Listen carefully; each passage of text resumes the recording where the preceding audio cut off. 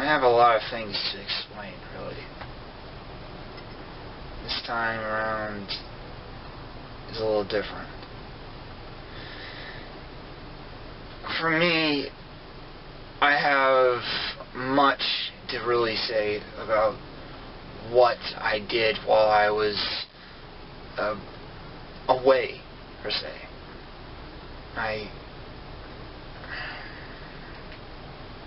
I also have some idea of how it affects me while I'm here in this dimension.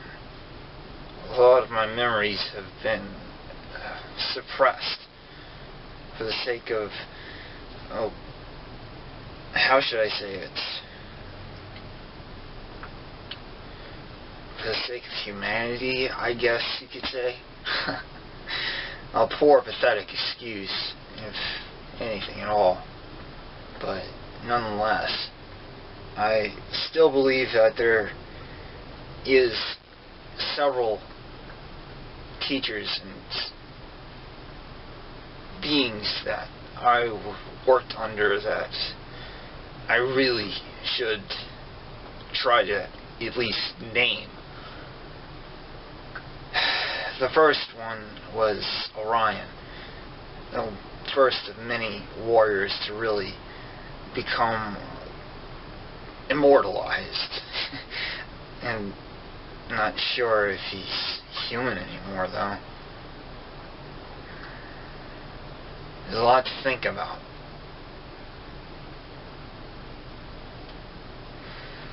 The second is Thoth.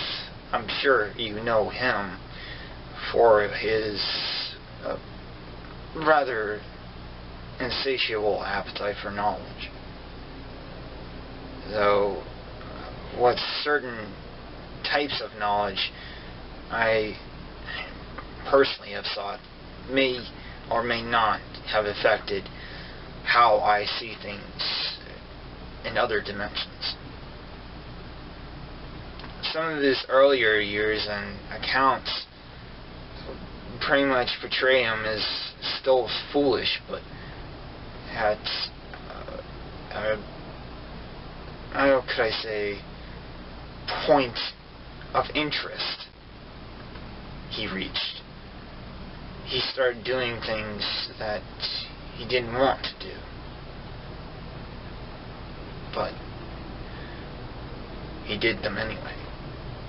Just because he wanted certain kinds of knowledge, he wanted all knowledge, he never, ever thought of what harm would come to other beings.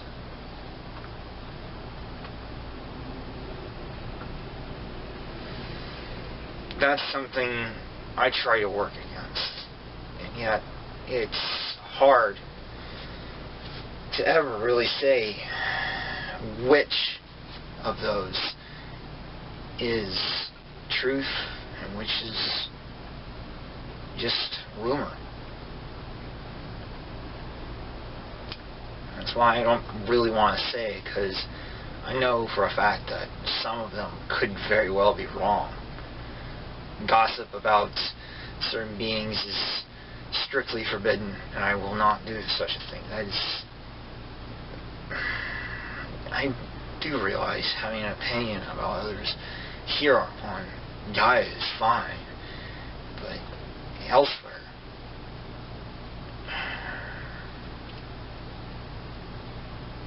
it's such a freaking pity. To really say the least, I do not like that. It saddens me. Disappointing. Very much. Shunned by many. I guess you could say I have a lot to really say about what happened to me personally while I was away. Even if my friend, if I could ever call her that again, I wish she didn't take the path she did. she did take a very big turn for the worse. You know, I'm not saying that about my wife, but I mean, as far as clans go, they always turn out to be something worse.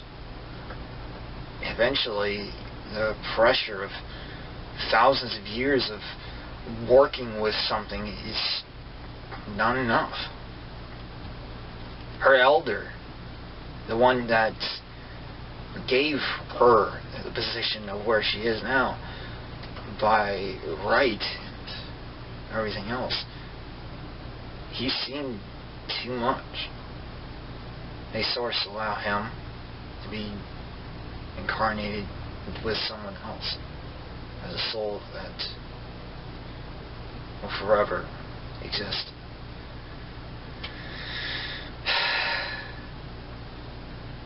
He's not with us now, obviously.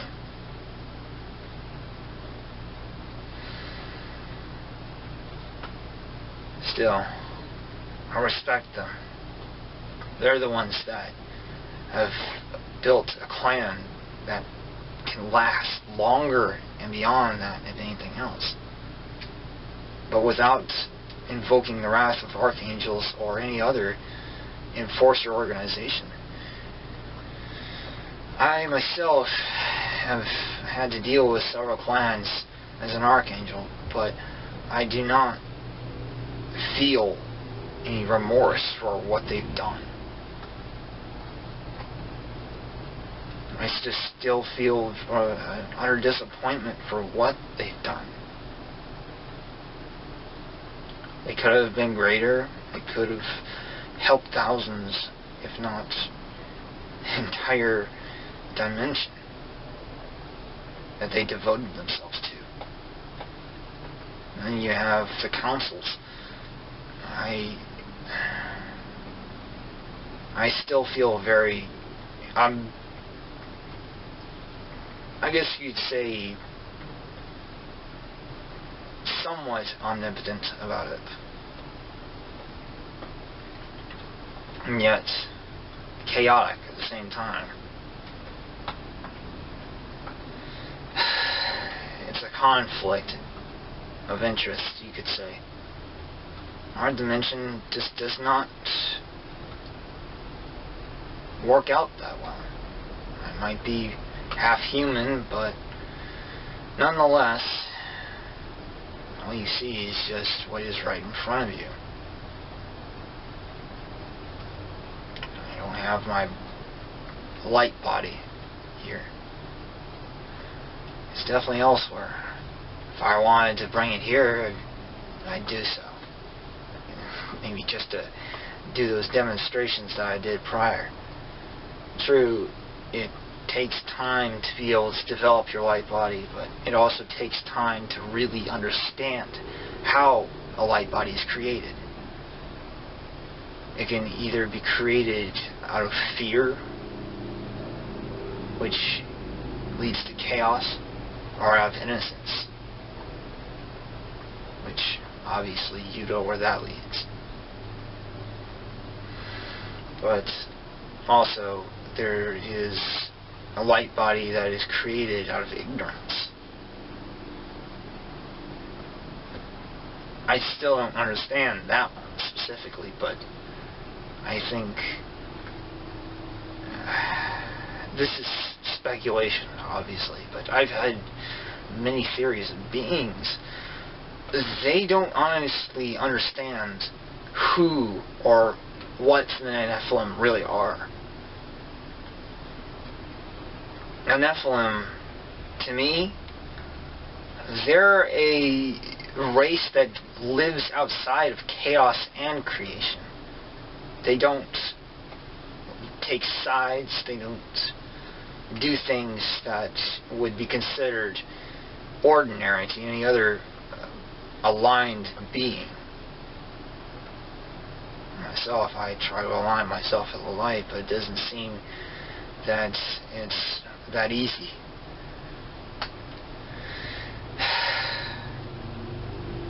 I I guess in a way, when I first started out as a spirit worker, someone who actually deals with the far deceased, I guess you could say, that have just become beings or have a hard time getting to meet back to a new life or a new body, or how they actually feel they should live or exist, depending. Reincarnation or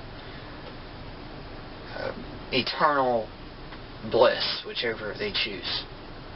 But there's also eternal torment for those that have mistreated their kind. Now, I'm not going to say the laws, because obviously I think I've broken a few of them. But there is a universal law that states one thing: all life is, and all life exists. Anything going against it is not. How does that portray in terms that you can understand? It's a law that's been around for even before I can remember, even before I even existed. My original name, I've questioned quite a bit, but I do remember that I did come from Italy originally as an immigrant with my mother and father. My mother had a hard time over in Italy. I moved over to America, and this was a lot worse, considering, because it was around the time of the Great Depression. Well, I don't know. I was about 8 or 9 years old by the time I died. I could remember seeing my mother and father, and what it took just for me to let go, to be able to find a place where I can truly be at peace. I couldn't accept that I had such a short life. So I chose to reincarnate. I did not want to live in a world that existed with complete and utter torment. I don't want to see others suffer in the same way. Yet, I turned out to be a judge and jury, but never the executioner. That is left up to beings much higher than myself. Still, when it comes to being able to defend yourself against beings that think themselves higher than the light or whatever else their intentions are, that is sort of a fool's way of seeing it. Then, and only then, am I allowed to be an executioner. How? Well, if souls are immortal, then existence is how you are immortal. You take away that existence, what's left? Nothing but energy and everything else that comes with it. It's a bit hard to explain, yes, but I know for a fact that if you actually have a piece of your soul cut off, it just returns to the pure energy state that it was prior. A light body is something consisting of this, but it's a little more complex as well. In a way, it's a piece of you, or a idea that you have brought into existence. Something that is you, but does not exist in the third dimension. It can exist in the third dimension if you so choose it, but not physically. Only ethereally.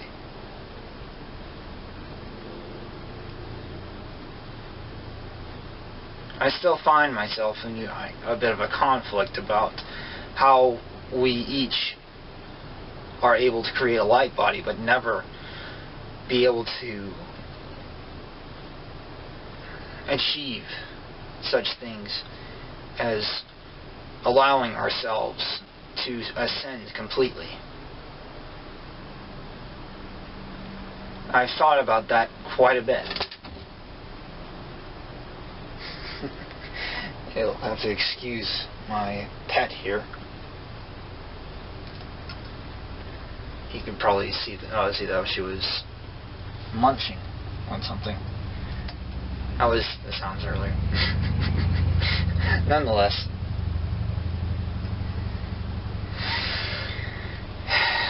what I guess I am trying to say is the fact that we are even here amounts to something.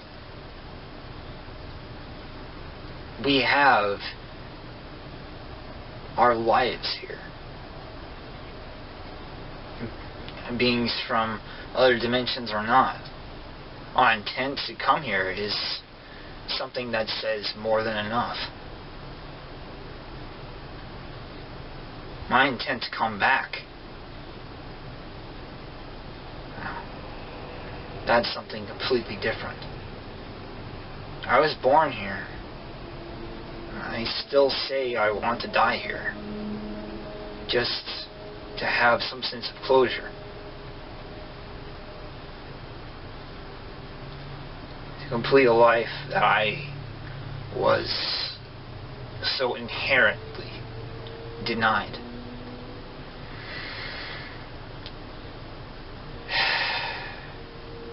By which beings, I do not know.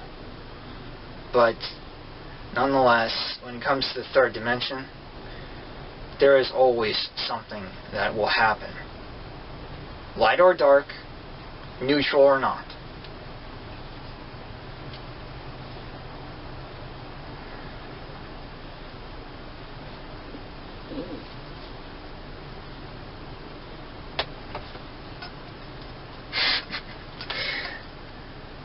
I think she even agrees.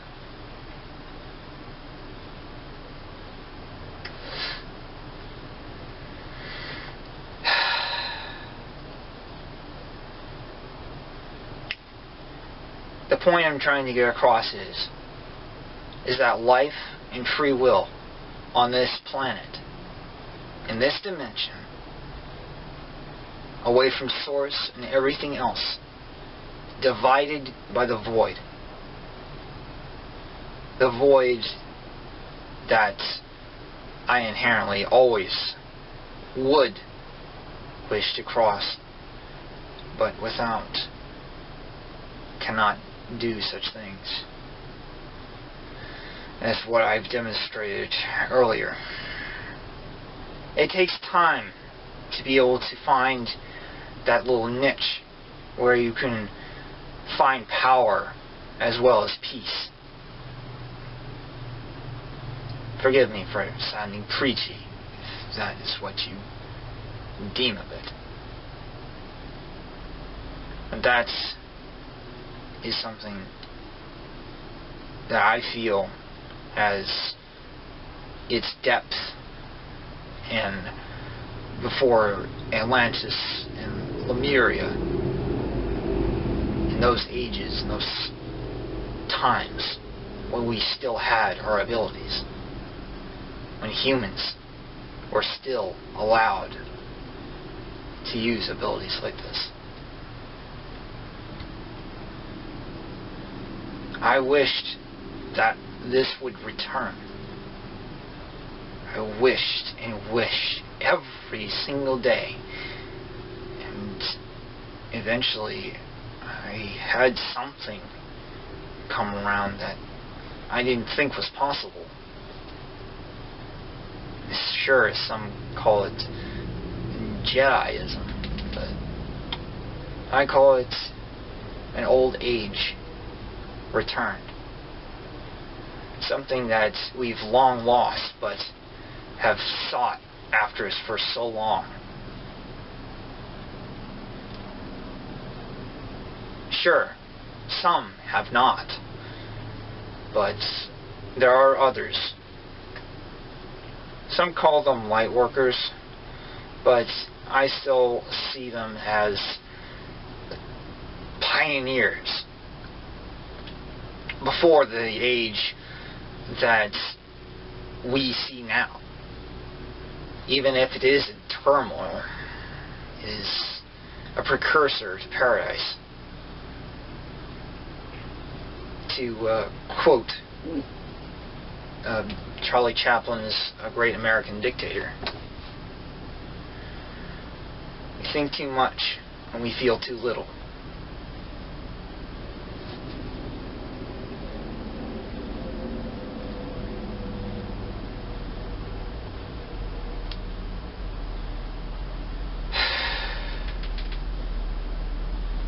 Another one that I have personally forgotten, that Orion taught me,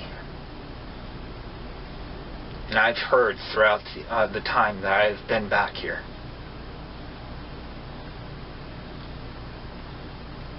You seek light, all you would see is light. If you seek dark, that is all you will see of dark. In many phrases, it's been regurgitated as, in light there is darkness, and darkness there is light, or many other versions of it. There is not a single person that has heard of this, I'm sure. Yin Yang, like Thor and Loki, the trickster and the creator. There's always something. There's always a balance when it comes to this planet. To be able to break that balance, to be able to find a way to create without being tricked, or to trick without having a creator interfering. There is always something. I do not wish this to be too over the top, but I just wanted to say this as a personal methodology. If you can glean anything off this for yourself, then that is your own opinion. And that is what you accept. But for now, I leave you to your thoughts.